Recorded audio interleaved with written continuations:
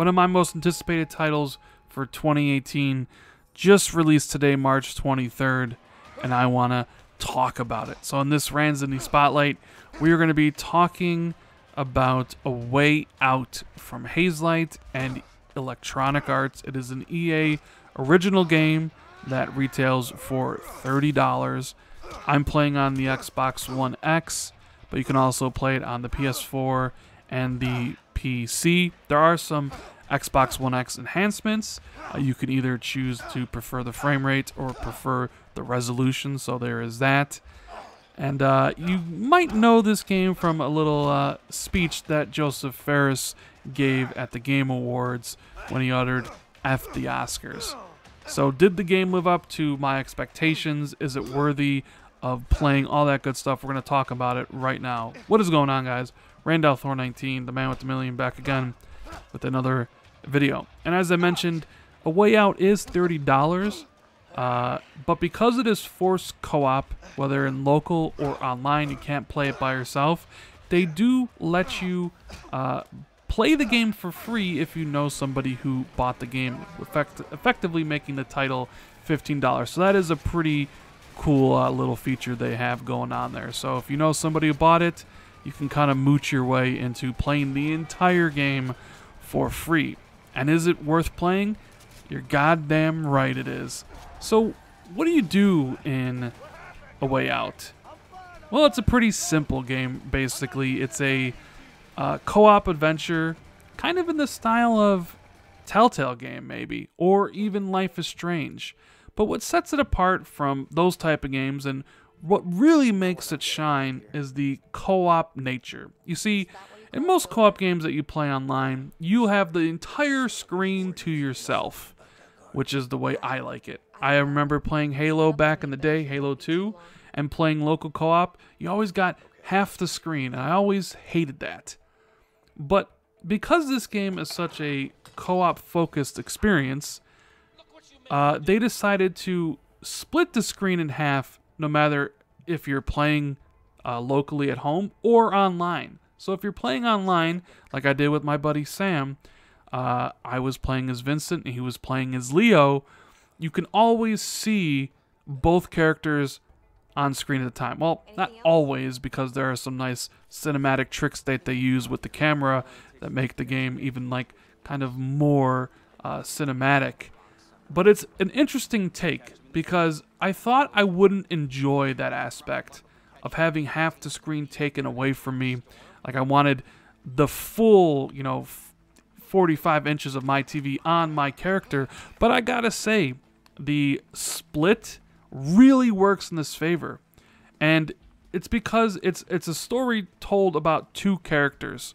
So when you start up the game, you can choose between Vincent or Leo. I played as Vincent, my buddy played as Leo. And it starts off, you are going to prison, you eventually bump into each other, and you devise a plan to escape. And all the while you play, the left side of the screen will be Vincent, and the right side of the screen will be Leo, and that's how it plays out for the entire game. And I couldn't see this game working any other way. I was kind of worried about getting the full story, like if I'm playing as the one character, would I not see what the other character is doing? But it's done in such a great manner that as you're watching what your character is doing and having the conversations or trying to do things, you can see what the other person is up to. And that really makes for some great co-op experiences. In fact, some co-op experiences that have really never been done before in this manner. There are some instances here where someone needs to distract a guard while the other person sneaks by. Or parts where you play kind of hot potato with a wrench to try to get it past a metal detector so you can escape the prison. And it's all set up in kind of a flashback scenario. You start off the game on a plane, and Leo and Vincent are talking to each other, talking about how they escaped from prison. So, at some point the story will catch up to that point in time. But for the majority of the game, it is very much a flashback of what happened. And it is a game that, I gotta say, I was enthralled with from the beginning to the end. We completed it in one sitting. As soon as it unlocked, on the Xbox One at 11 p.m. We sat down, played it, and finished it at about 5 a.m. So one playthrough will take you 5 to 6 hours. We did explore and kind of talk to as many characters as we could, and that's where the Life is Strange telltale nature comes in. This idea of like walking to and fro, kind of exploring your environments, having conversations with other prisoners or other characters strewn around, and trying to figure out what the game wants you to do. And then of course you get into some of these high octane set pieces where one character's driving and the other character's in the back of a car with a shotgun fending off the police, or one character's slowly trying to make his way across the bridge and falls and you have to rush to help him, or you're chasing someone down a construction yard as you're both going different directions. There's some really cool, really exciting moments in the game. In fact, the part where you come to the hospital is the best moment in the game, and some of the camera cuts and some of the gameplay segments they do there, from switching between Vincent and Leo and back and forth, are truly great, and I honestly mean that. So yes, the game completely blew away my expectations, but of course it's not all good. Even though the game looks really good in spots, there are some other spots in the game where you can definitely see, like, I don't know, low polygons or just not high-res textures. It really kind of took me out of the experience. Some of the dialogue between some of the characters, like some of the background characters, are just poor. Some of the textures on those characters are poor, so they really stand out. There's even a few cringier moments while playing that make you kind of be like, why did that happen? And there's a gunplay segment towards the end of the game that honestly didn't need to be in the game at all. I mean, for the most part of the game, it's your basic go here, solve a co-op puzzle, have a little chat. But when they threw in the gunplay, it didn't feel right.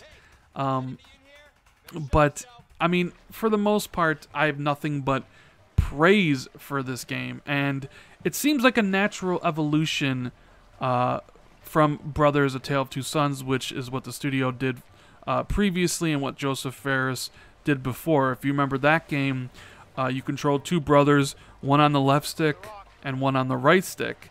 And in this game, it's like a more mature version of that game with better looking graphics, or at least more realistic, and you have each person controlling each character. It's a narrative-rich game. This game is really driven by its story, and I really enjoyed Vincent and Leo. They're both different characters. Vincent is kind of calm, collected. He doesn't let anything get the best of him. He's the thinker. And Leo is very much the joker. He loses his temper quite a bit. He's always the first to kind of rush into danger. And there are sequences when you come into each of these chapters, which there are 5, where you can pick a path. Sometimes Leo will be like, you know what, let's take these people out. And Vincent will be like, no, let's go for the stealthier approach. And you can kind of choose which approach you do, and it doesn't change the end of the game, but it changes that segment and how it goes about it. Like, for instance, when you do escape from the prison, there's this part where you could steal a car and drive over a bridge, or you could sneak under the bridge. It plays out completely differently to how you choose it, so there is some replayability factor. Plus, the things you'll be doing as Vincent, if you play the game again as Leo, you'll be doing completely different things. So it's even actually worth playing through twice to see the different choices, how they play out, and the different things you do as each of the characters when you're not playing as them. And I mean, what else is there to really say about A Way Out other than I think this game is worth your time? I think it's priced appropriately at $30. It's a 6-hour experience. The fact that you can play it for $15 if one of your friends buys it is an even bigger plus in my book. And then for you achievement and trophy hunters out there, this is an easy completion. Most of the achievements are very similar to Brothers. There are random things you can find or do, funny little moments that you experience in this very greatly told narrative adventure game. and you can easily get the 1,000 when all the guides are up. I have all the achievements except for 2. We're trying to figure out how to get them, but it will definitely be an easy platinum or easy completion. So with all that said, what would I give A Way Out? And I think I would give it an 8.5. It blew away my expectations, but there are some minor quibbles I do have. It doesn't look good in some spots. There's some cringy writing, cringy dialogue.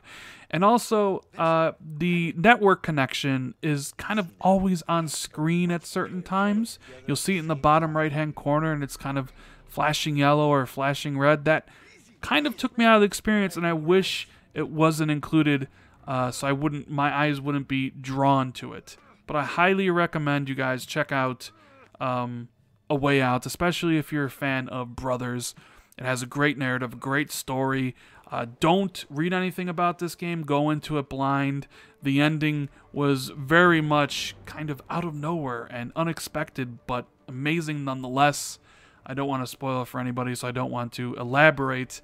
But if you have somebody to play this with, it's a kind of a great bonding game. Me and my buddy Sam had a blast playing it for 6 hours. We kind of even role-played each of the characters as we were playing, so I think it's fantastic. I give it an 8.5. I highly recommend you check it out. And yeah, if you want to give this video a like, if you enjoyed it, make sure you do. Hit that subscribe button if you're new to the channel. Hit the notification bell if you always want to be notified when I drop new content.